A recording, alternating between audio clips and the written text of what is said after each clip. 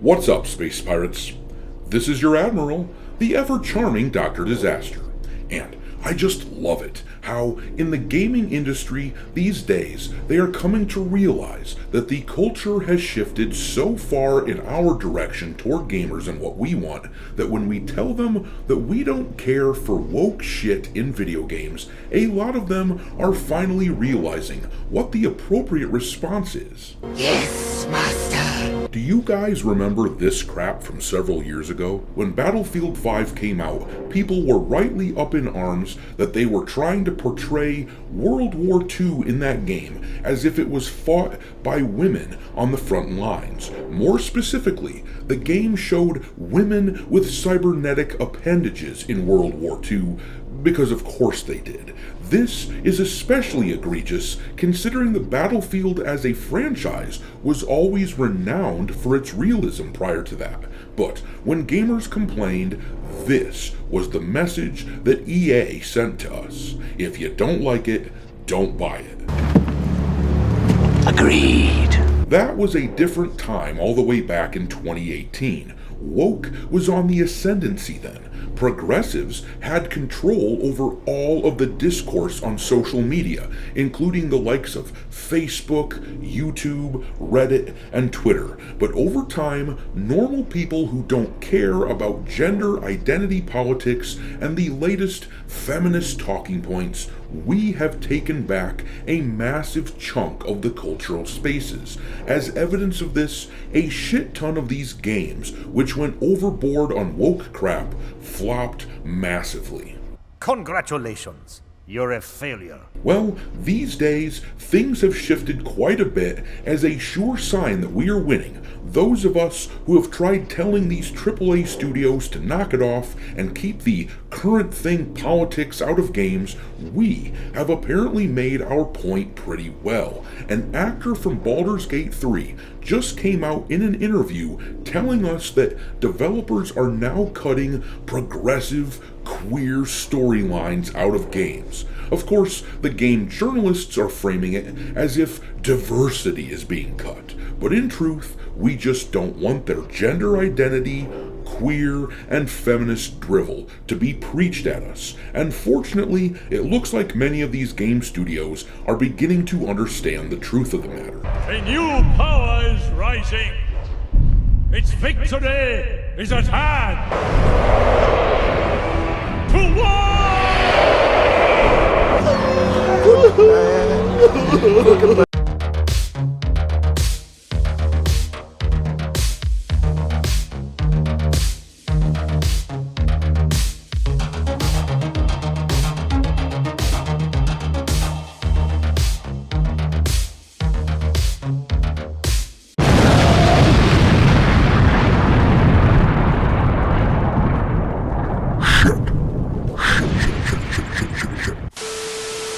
Alright, me hearties, make sure that you hit the like button on this video, share it with your friends, subscribe to the channel if you haven't yet, and I've begun uploading some content onto Rumble as well, so make sure that you follow Dr. Disaster on that site too.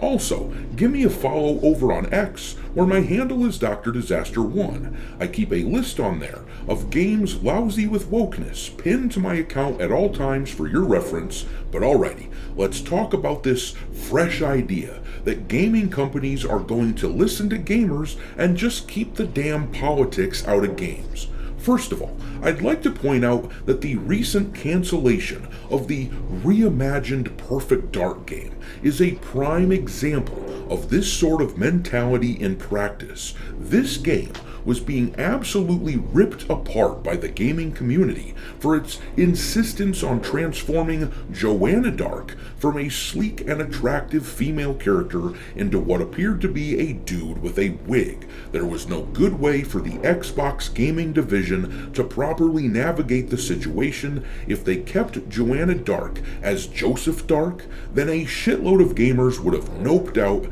and they wouldn't have bought it. And if they changed her back, then that would have been admitting that they were wrong and that gamers don't want this stuff. So they just cut their losses and canceled the project. I'm willing to bet that eventually the Perfect Dark franchise will be revived, and when it does, years down the road, Joanna Dark will look like her old self again. But anyway, let's look at what this actor from Baldur's Gate 3 is saying about the state of the industry right now.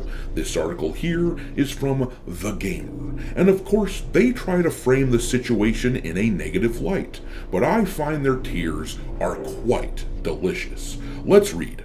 Ever since Donald Trump's win in the 2024 U.S. presidential election, companies and their executives were quick to try and curry favor with the president. This included ditching DEI initiatives and policies, which even more companies later joined them on, following an anti-DEI executive order from Trump. While many of these initiatives were strictly about hiring practices, the sentiment behind this shift in policy was felt everywhere, with the rise in racist, transphobic, and other bigoted laws and attitudes across the United States and beyond. Now, I'm going to disagree with their framing here of the Trump election as the catalyst for change in culture. We were feeling the effects of cultural shift well before the election in November. Last year's Pride Month, as an example, saw a lot less participation from a lot of the usual suspect corporations.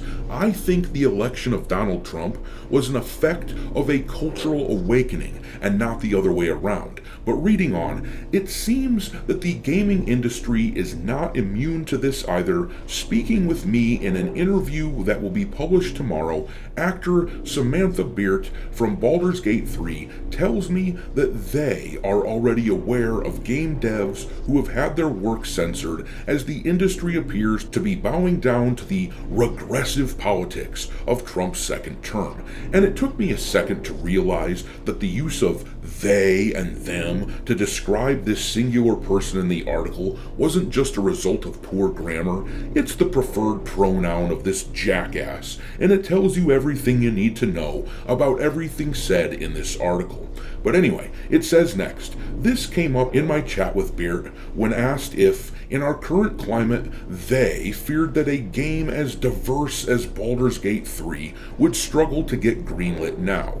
Without exposing devs, I know that's happening. Their storylines have been cut, they tell me. Historically, appeasement is a really bad thing. And for once we agree, appeasing a tiny minority of the overall population at the expense of the majority who just want to be left alone from this gender identity shit, who just want to enjoy their hobbies and escapism without being preached at.